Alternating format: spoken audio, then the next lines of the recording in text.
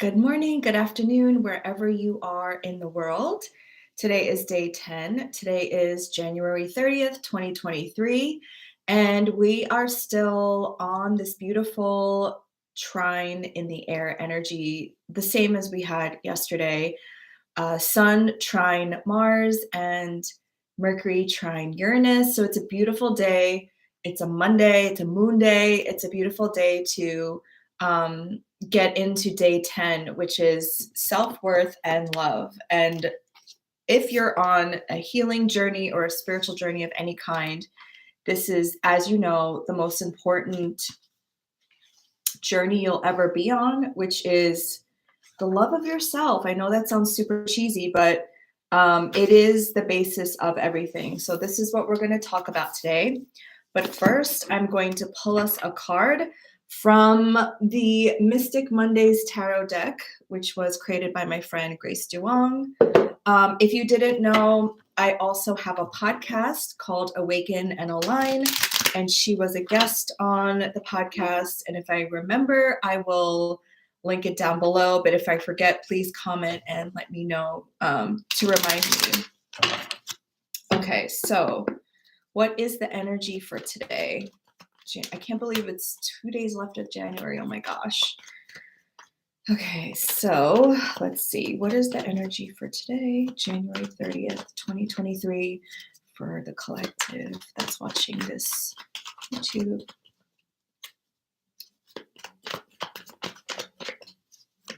I've been getting beautiful messages from people on my Instagram where they are finishing up the 30-day journey, 40-day journey now, and that they've been seeing signs and synchronicities. And if you're curious, I posted those on my Instagram stories. Hopefully they'll still be up, but it's been really nice seeing other people manifest things.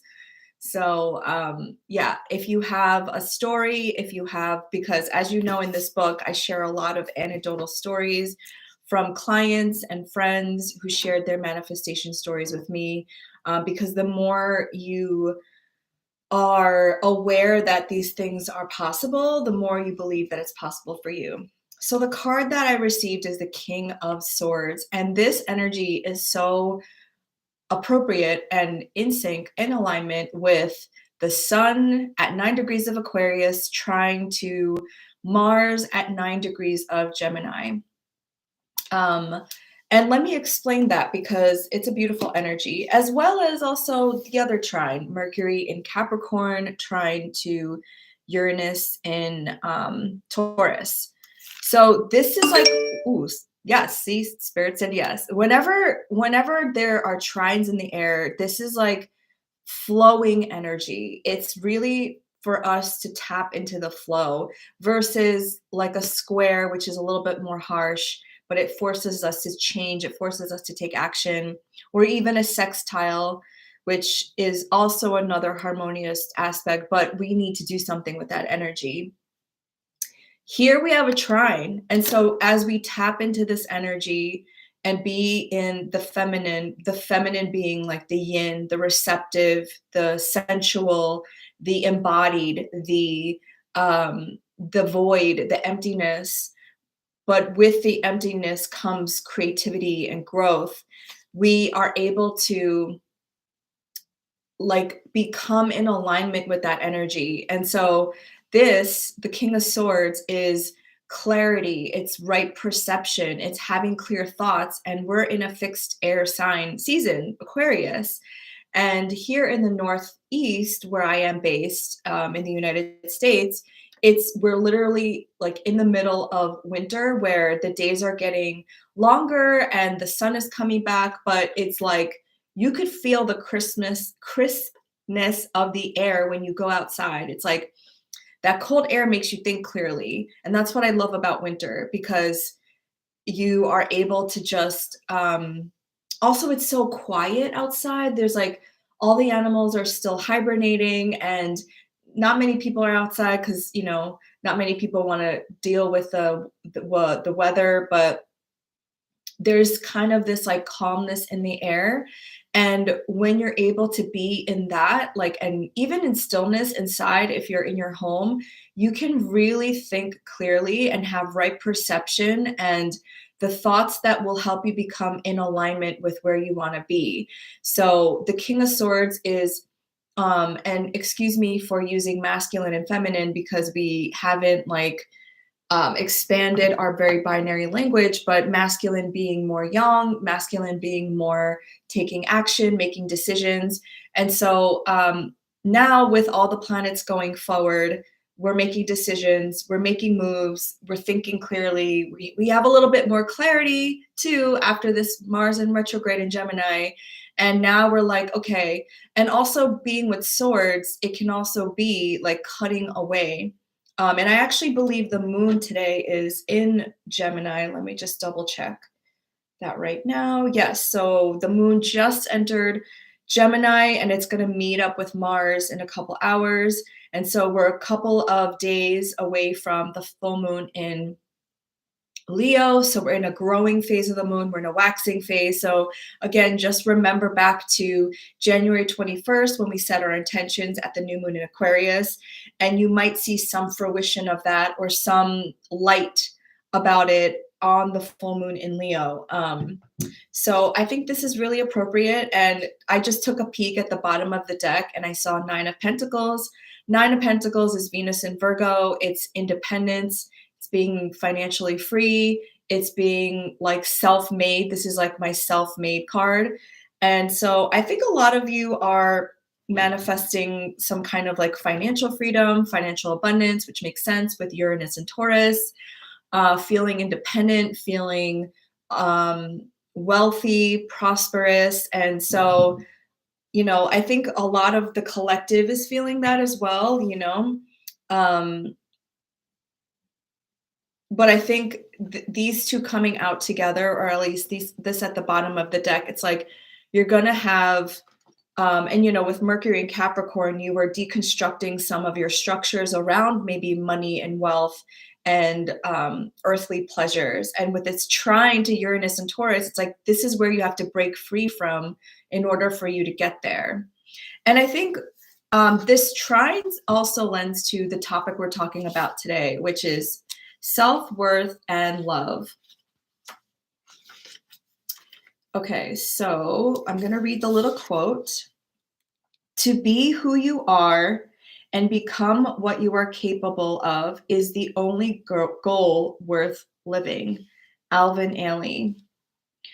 Yesterday, we talked about giving and receiving. Today, we are adding a layer to that lesson. It's difficult to give if you don't feel worthy or if you don't feel like you are enough. Today is about filling up your own cup. We're going to explore ways to feel worthy and full without external validation.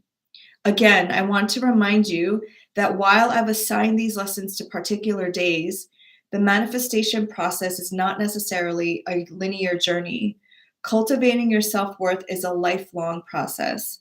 And while you may move on to the next lesson tomorrow, feel free to revisit today's theme and lessons whenever you feel called to. Today, take a moment to think about how we manifest what we believe we deserve. Beyond just manifestation, the more you turn your gaze inward and focus on your self-worth, the more likely you are to ask for what you deserve and set firm boundaries. Your self-worth, how much you value yourself, is at the center of everything. What we want is usually a direct reflection of what we value. Whenever I am looking at a client's astrological natal chart, I can tell right away how they like to spend their money and energy. A Sagittarius is probably spending a ton on travel and exploration, following their passions. A Cancer will want to make their home a cozy nest. And more than just sun signs, you can really see a person's values around money and worth reflected in the second house. My second house is ruled by Capricorn, so I know that I'm conservative in how I spend my money, but I'm willing to make the investment if I know it will be worth it for the long term. Even if you're skeptical about astrology, it's true that spending styles and the way we value our lives are wildly different. When it comes to the right way to direct your money and energy, it comes down to who you are.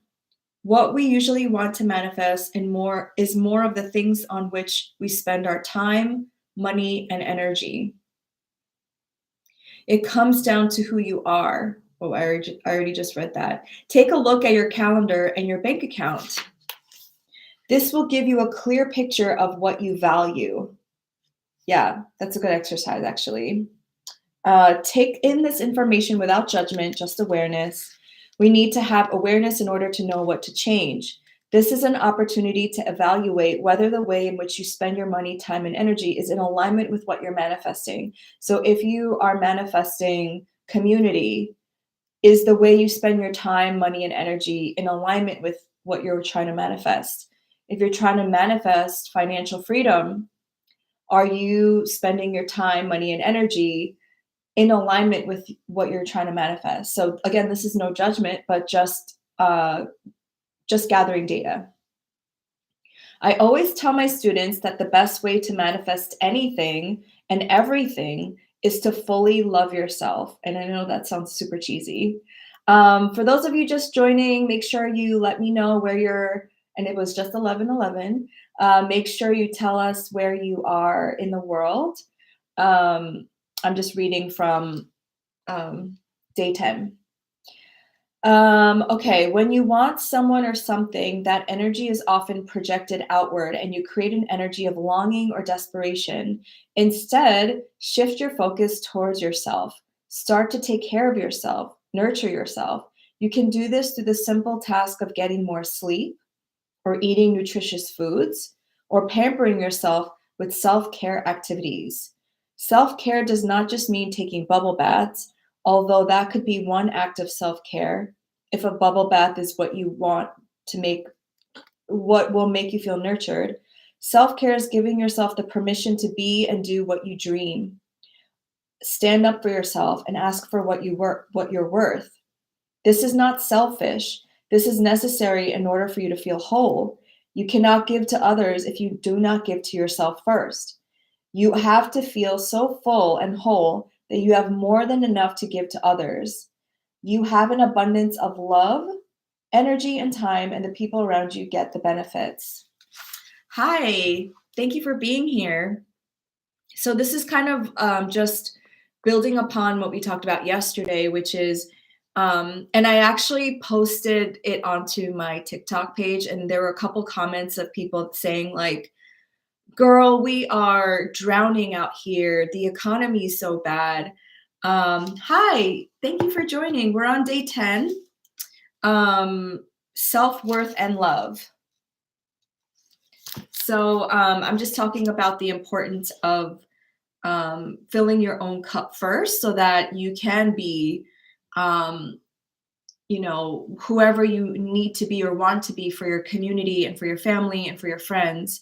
And inherently you're based in the United States too. Like our culture, our country has been founded on puritanical belief systems and capitalism, which makes us feel guilty and shameful about giving to ourselves and taking care of ourselves first. And I think that's so wrong, because what we have to do, because I work with energy, we have to do things for ourselves that feed us and give us and nourish our energy first, so that we have more than enough in our cup, in our energetic body and time and energy to give to others. And I think we do that because, again, we seek outside validation for our worth. And obviously with capitalism, our worth is inherent in how much money we make and how much time we spend at work, which hopefully collectively we could dismantle. But this is why like self-worth work and taking care of yourself and knowing yourself is so important, because everything, as we also spoke about yesterday, as within, so without, everything comes from within you first. And so I just want to share an anecdotal like case study from one of my friends that I interviewed on my podcast. And I have a lot of like different manifestation success stories, because again, I want everybody to know that these things are possible. And I share them a lot on my Instagram stories because I know like people are a little skeptical because how can you manifest just from your visions and your ideas? And I say that the more you can remove the gunk from yourself, like the things that you were taught and the things that are just energetically holding you back, it's like if there was like the quickest way, that's the most direct way to make your energy available to all the things that you are meant for. I don't even say like that are because sometimes we want things and we don't really understand why we want things. So that's why I say that are meant for us because I believe in alignment over perfection. So, okay. I interviewed my Korean American friend, Chris O, on my podcast, and she shared her inspiring manifestation story with me.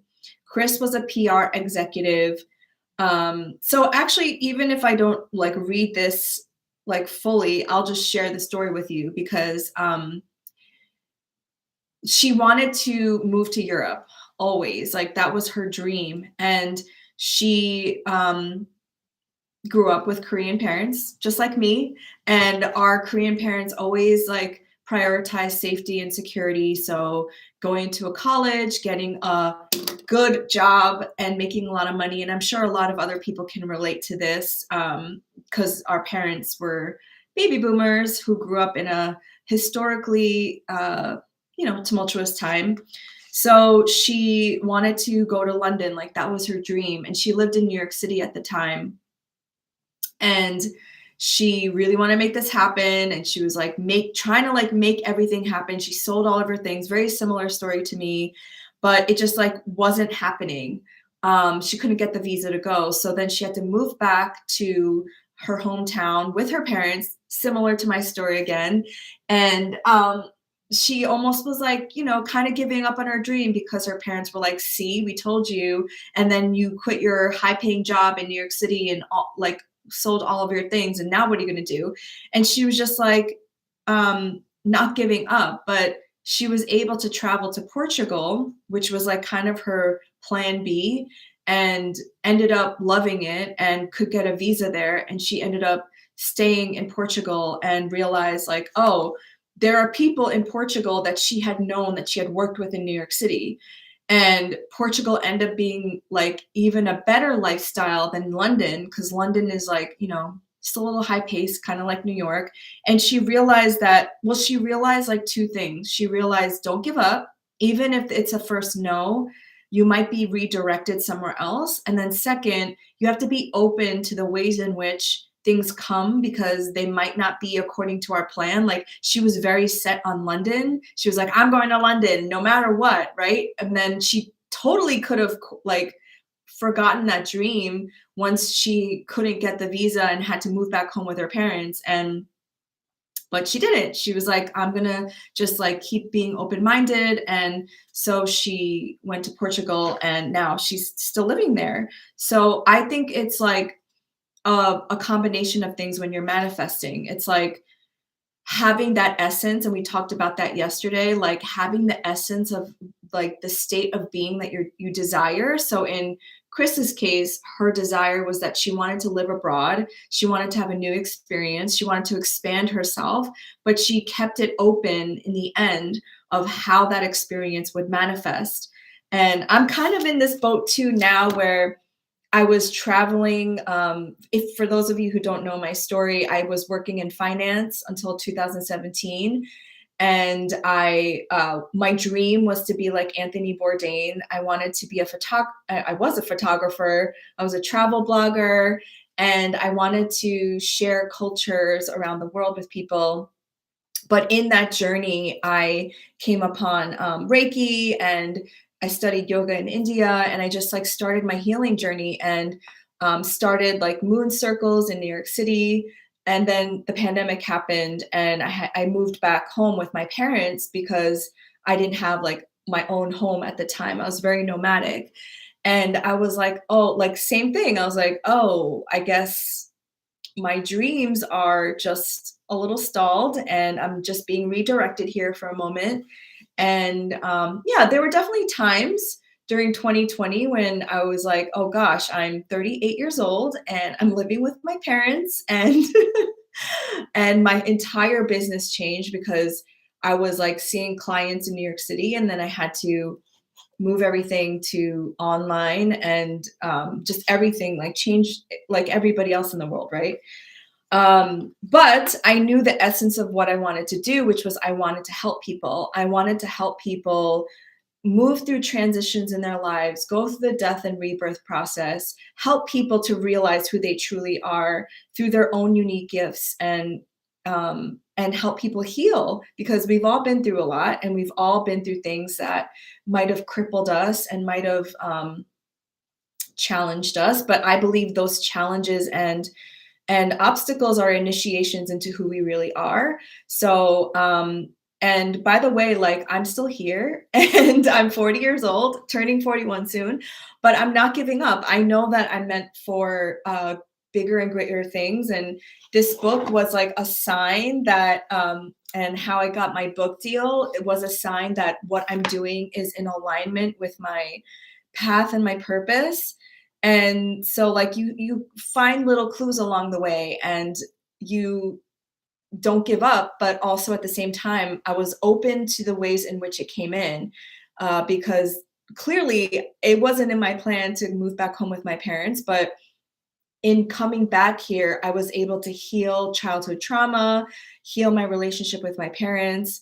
And I mean, that's an ongoing journey, and heal a lot of things that were kind of repressed from 20 years from being away from home. So I moved back because I went to college at 18 and moved back at 38. So exactly 20 years. I came back, and I don't regret anything. And I think everything happens for a reason for me personally.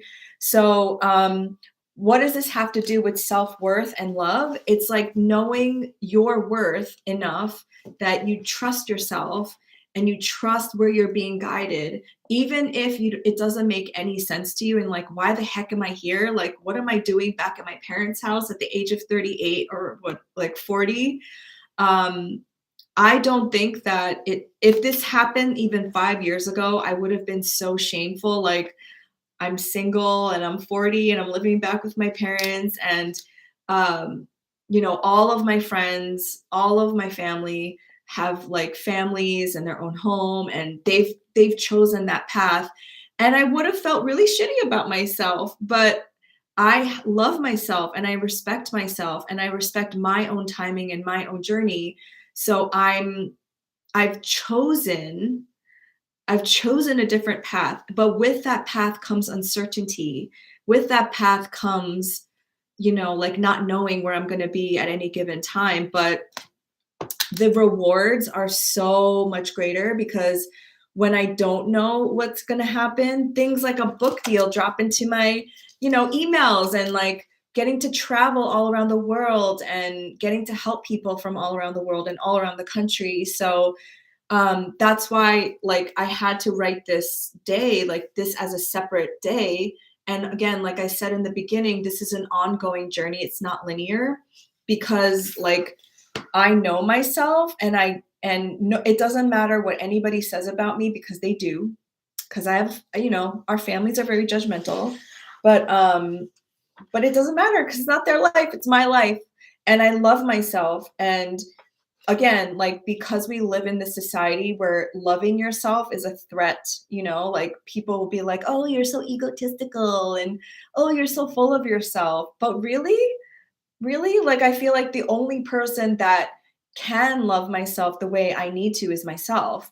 And because my cup is so full, this is why I have so much energy to show up every day, to share, to, I'm in my alignment. I'm in my chi, as they say. Chi is also energy or ki. And so, yeah, the exercise for today is mirror work. I don't know if you're familiar with Lewis Hayes' book. It's like 21 days you look in the mirror and you like say an affirmation to yourself. And at first, I'm not gonna lie, it feels really weird and it feels uncomfortable because you're looking at yourself and you're like, you're amazing, even if you feel like you don't, you know? And the go deeper exercise is to actually get the book and do it, because that really helped me.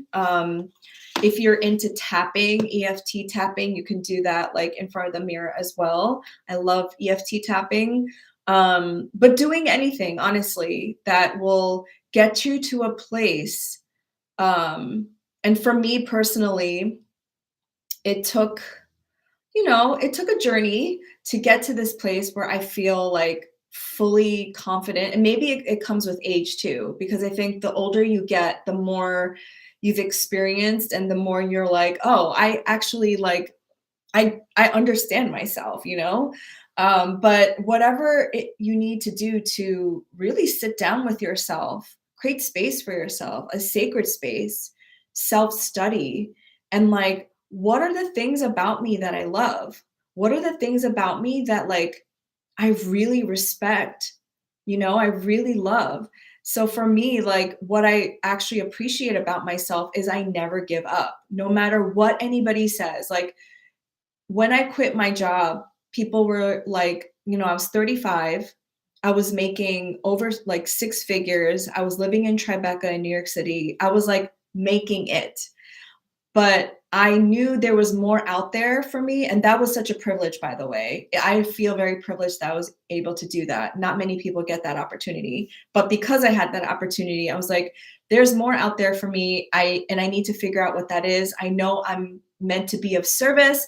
I know I'm not meant to be here shrinking down, being somebody else's like minion. So I don't know what gave me the fire to do it or the confidence to do it, but I did it. And I just said goodbye. Thank you very much for this experience. And so many people around me were like, are you crazy? You have a 401k, you have health insurance. Like, how can you just walk away from this job? And I don't know. Again, it wasn't something I can explain. It's almost like something overcame me and said, everything's going to work out. Everything is going to be okay. And I did it. Um, and here I am 5 years later. So, yeah, for those of you who just joined, let us know where you are in the world. And if you have any questions, I like to always open it up. If you have any questions or if there's anything I can like build upon, I'm here for you. I'm here to be of service. And yeah, my goal is to also create communities so that we're all doing this together and support each other. From day one, or was it day one or day two, we each said like our intention at the new moon in Aquarius. So you don't have to share with us that your intention if you don't want us to know, but just for your own journey as you go along, like have an intention, have a vision for what it is that you want to create, bring to form. And just so you know, again, I'm just repeating myself. Every day I'm going to be here at 10 a.m. Eastern time, and I talk about the astrological transits in the sky that help us with these energies, because as above, so below. And yeah, and I'm so glad you're here. So to look forward to tomorrow. Tomorrow is day 11. Day 11 is living in the present moment. And if you don't have the book, it's okay. You don't need the book. I read like a lot of it here on the YouTube live. But if you want the book, it's available at Barnes & Noble, Amazon, bookshop.org, and IndieBound. And it's available in Kindle and audiobook. But if you need the links to that, it's in my website, laurakchung.com/manifest book, I believe, or how to manifest. They're all down below in the description box. And if you are interested in a session with me, Reiki or astrology, those links are down below as well. But if you don't have any questions, I'm so glad that you were here. Happy Moon Day, 2 days left of January. Oh my gosh. And today's a beautiful energy to do this kind of work. So If you missed that part, just watch the beginning and I describe the energies for today.